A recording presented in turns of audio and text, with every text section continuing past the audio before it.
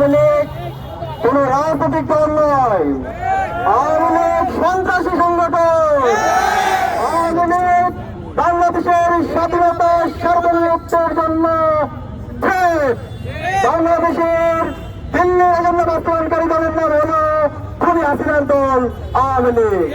এই আওয়ামী লীগের রাজনীতি 26শে জুলাই 5 আগস্ট ক্লোজ হয়ে গেছে।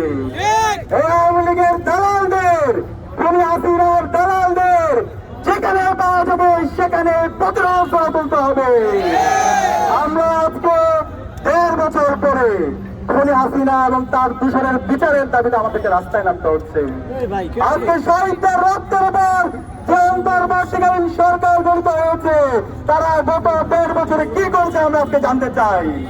খুনি হাসিনার যে প্রশাসন, যারা গণহত্যা এবং শিশু হত্যায় সহযোগিতা ছিল, যারা খুন আইনগরের সহযোগী ছিল, তাদের বিরুদ্ধে কি ব্যবস্থা নিয়েছে ইন্টারিম সরকার, সেটা আজকে আমরা জানতে চাই। আমরা হুঁশিয়ার করতে চাই, খুনি হাসিনার যত দালাল আছে, খুনি হাসিনার খুন আইনগর গণহত্যা এবং শিশু হত্যার যার সহযোগী আছে, প্রত্যেকের বিচার এই স্বাধীন বাংলাদেশে হবে।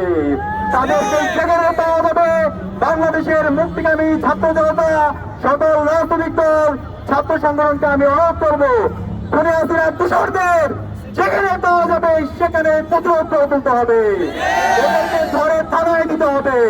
এবং আমরা বলতে চাই, এই খুনি হাসিনার ফাঁসি এই স্বাধীন বাংলাদেশে হবে এবং খুনি হাসিনার যত দূষণ আছে প্রত্যেকের বিচারে বাংলাদেশে হবে। আজকে আমরা বলতে চাই, আমাদের এই মুক্তিকামী ছাত্র জনতা তারা ঘুমিয়ে যায়নি, এই যে প্রজন্ম তৈরি হয়েছে তারা ঘুমিয়ে যায়নি, প্রতিরোধ করার জন্য তারা প্রস্তুত আছে।